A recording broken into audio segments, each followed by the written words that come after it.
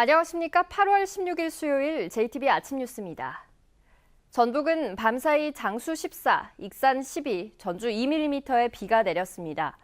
오늘도 흐리고 비가 내리겠습니다. 내일까지 예상 강수량은 5에서 30mm입니다. 오늘 낮 최고 기온은 29도에서 31도로 어제보다 2도에서 4도가량 높겠습니다.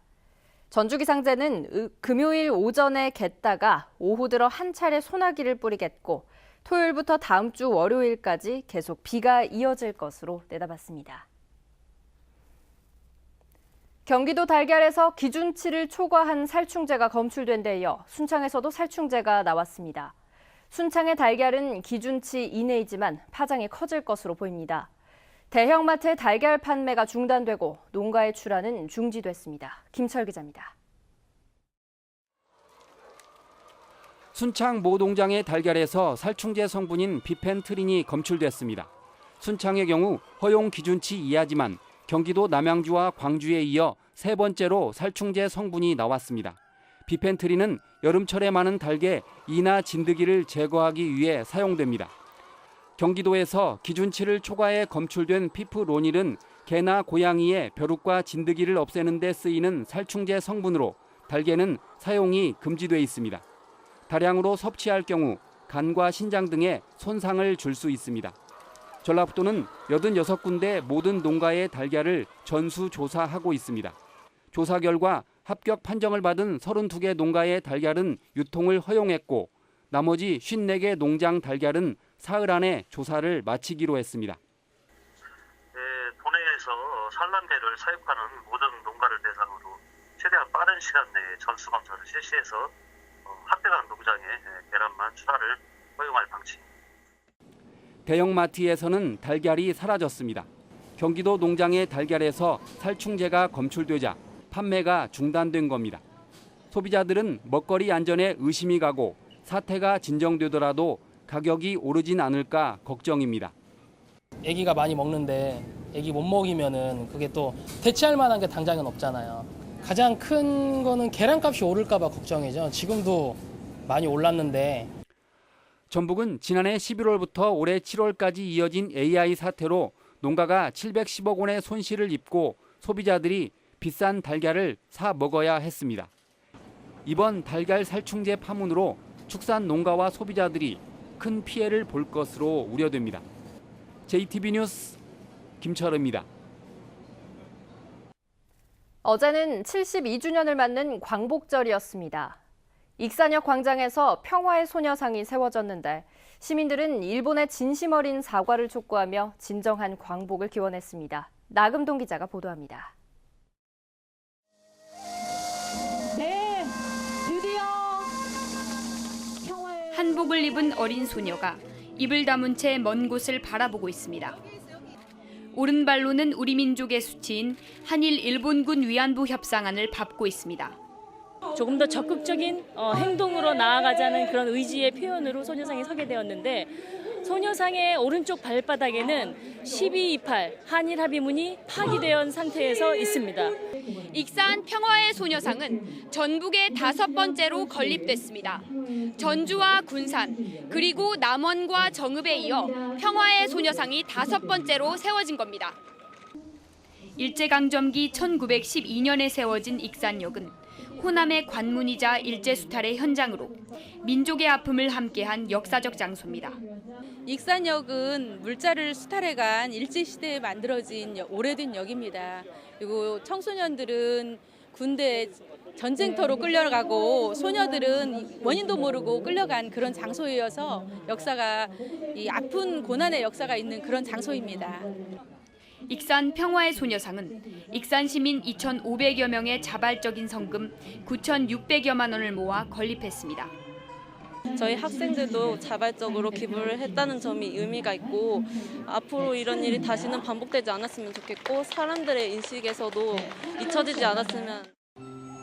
뜻깊은 행사에 참가한 시민들은 일본의 진심 어린 사죄와 배상을 통해 하루빨리 슬픈 과거사를 청산하고 진정한 광복이 이루어지길 두 손 모아 빌었습니다. JTB 뉴스 나금동입니다. 일제강점기 일본은 우리에게서 참 많은 것을 앗아갔고 또 지울 수 없는 깊은 상처를 남겼습니다. 이 같은 수탈과 착취의 역사는 광복 70년이 훌쩍 지난 지금까지도 곳곳에 남아있는데요. 소나무에 생생하게 남아있는 아픈 역사를 주혜인 기자가 보도합니다. 남원시 대산면에 있는 왈길 마을 뒷산입니다.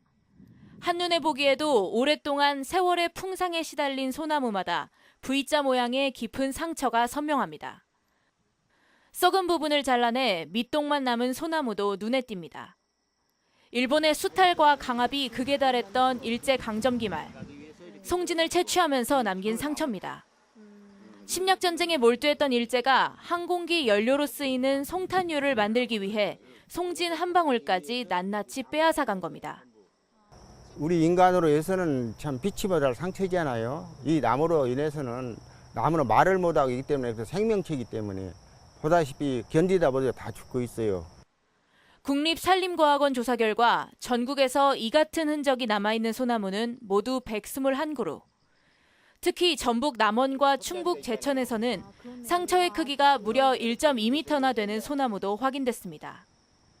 국립산림과학원은 이처럼 일제 수탈 흔적이 남아있는 소나무 서식지를 산림문화자산으로 등록하고 분포지도도 제작할 계획입니다. 제도적으로는 그 국가산림문화자산 등으로 지정해서 보호하고 관리를 할 필요가 있고요. 특히나 그 후손들을 위해서 산림 교육 자료로도 적극적으로 활용할 계획으로 있습니다. 올해로 광복을 맞은 지 어느덧 72주년.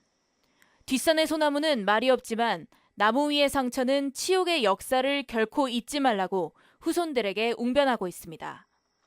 JTB 뉴스 주혜인입니다. 군산시가 일제강점기 쌀 수탈의 상징인 군산항력의 복원을 추진하고 있지만 자료가 없어서 복원에 어려움을 겪고 있습니다. 군산항력은 1931년 일제강점기에 만들어진 군산선의 종착역으로 해방을 앞두고 폐지된 뒤 지금은 녹슨 선로만 남아 있습니다. 군산시는 군산항력을 복원하기 위해 고증과 기록화 조사 용역에 나섰지만 건물 구조와 규모를 파악할 수 있는 자료가 부족해 복원이 쉽지 않아 보입니다. 6년 전에 군산 나포들역에 들어선 폐기물 처리 업체가 이번에는 콘크리트 공장을 추진하자 인근 주민들이 또다시 반발하고 있습니다. 주민들은 폐기물 업체의 콘크리트 공장 대신 5년 전에 한 이전 약속을 지키라고 요구하고 있습니다. 김진형 기자입니다. 친환경 쌀 재배단지인 나포들역에 들어선 폐기물 처리 업체입니다. 지난 6월 이 업체가 대체 사업으로 콘크리트 공장을 짓겠다며 군산시에 사업 계획서를 제출하자 인근 주민들이 강하게 반발하고 있습니다. 주민들은 지금도 소음과 비산먼지로 고통을 받고 있는데 콘크리트 공장이 가동되면 막대한 피해가 우려된다는 겁니다. 마을 앞 친환경 쌀 재배단지도 피해에서 벗어날 수 없다는 주장입니다. 전국에서 제일 큰 친환경 단지 내에 그 오염이 되고 또 그나마 소풍이 불면 인근 마을로 분진이 놀러와서 주민들의 피해가 있고 그나마 주민들은 이 폐기물 업체가 5년 전에 공장 이전까지 약속해놓고 콘크리트 공장을 추진하는 것은 자신들을 우롱하는 처사라며 불만을 터뜨립니다. 빨리 나가겠다고 약속을 했었는데 그동안 지금까지 영업을 하고 있고 그 사람들이 그 폐기물 업체를 그만두고 그러고 나서 다른 콘크리트 업체가 들어온다 하니 주민들은 날이 갈수록 걱정만 쌓이는 상황입니다. 군산시는 주민들의 반발에 일단 사업 신청서를 되돌려 보낸 상태입니다. 저희가 주민 의견이라 해서 종합적으로 부서 의견들을 들어서 이제 그 부적정이라고 의견을 이제 보냈어요.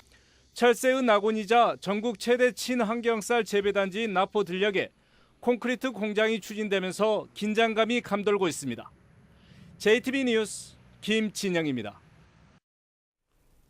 대전에 있는 한남대학교가 폐교 위기에 몰린 서남대학교를 적극적으로 인수할 뜻을 내비쳤습니다. 한남대는 의과대학 확보를 위해 교육부가 인수 조건으로 내세운 교비 횡령액 333억 원의 변제와 남원 아산 캠퍼스 동시 인수를 적극적으로 검토하는 것으로 알려졌습니다. 교육부는 폐교 발표를 미룬 채 이번 주까지 새 재정 기여자를 찾기로 해 서남대 존폐의 마지막 갈림길에 놓였습니다. 중소기업과 소상공인의 고용을 확대하고 청년들의 창업을 유도하기 위해 1,000억 원 규모의 특례 보증이 시행됩니다. 전북지방 중소벤처기업청은 최근 6개월 이내에 근로자를 채용했거나 대표자가 만 39세 이하 청년으로 창업 후 5년이 지나지 않은 중소기업과 소상공인이 이번 특례 보증을 신청할 수 있다고 밝혔습니다. 중소벤처기업청은 신청 금액 3천만 원 이하에 대해서는 약식 심사로 절차를 간소화하고 3천만 원 초과에 대해서는 신용평가 결과의 최대 1.5배까지 한도를 우대하기로 했습니다. 전북 소방안전타운 조성 후보지로 장수군이 선정됐습니다. 남원시는 광활루원에서 촬영된 영화와 드라마의 포스터를 한자리에 모아 전시합니다. 시군 소식 오정현 기자가 보도합니다. 소방항공대와 특수구조단, 소방교육기관을 함께 모으는 소방안전타운의 조성 후보지로 장수군이 선정됐습니다. 총 150억 원이 투입돼 내년부터 2023년까지 건립되는 소방안전타운에는 소방항공대가 이전되고 소방본부 직할 119 특수구조대와 소방교육대 등이 순차적으로 설치될 예정입니다.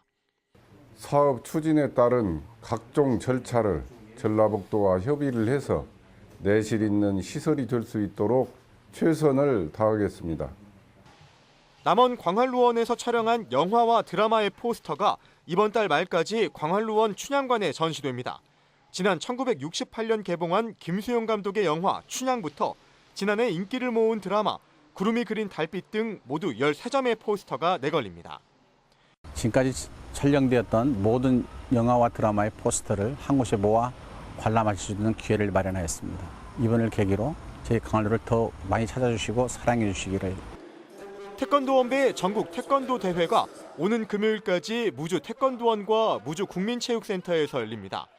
3회째를 맞는 이번 대회에는 초등부부터 일반부 모두 2천여 명의 선수가 참가해 품새와 겨루기 경기를 치릅니다. 전주와 임실 고추 가공센터를 오가는 무료 견학버스가 다음 달 13일까지 운행됩니다. 매주 월요일부터 수요일까지 4개 노선을 운행할 예정이며 구매 고객에게는 경품 증정 등 다양한 직판 행사도 벌일 예정입니다. JTB 뉴스 오정현입니다. 인구 감소로 지방 소멸 위기가 커지는 가운데 진안군이 인구 3만 명을 회복하기 위해 아이디어를 공모합니다. 공모 내용은 인구 늘리기를 위한 출산 장려 시책과 투자 유치, 귀농 귀촌, 그리고 교육 지원을 통한 인구 유치 전략과 인구 유출 방지 대책 등입니다. 진안군의 인구는 지난 1966년 10만 2,500명으로 정점을 찍은 뒤 2005년 용담댐 건설 이후 3만 명이 무너졌고 지난달 2만 6천여 명까지 줄었습니다.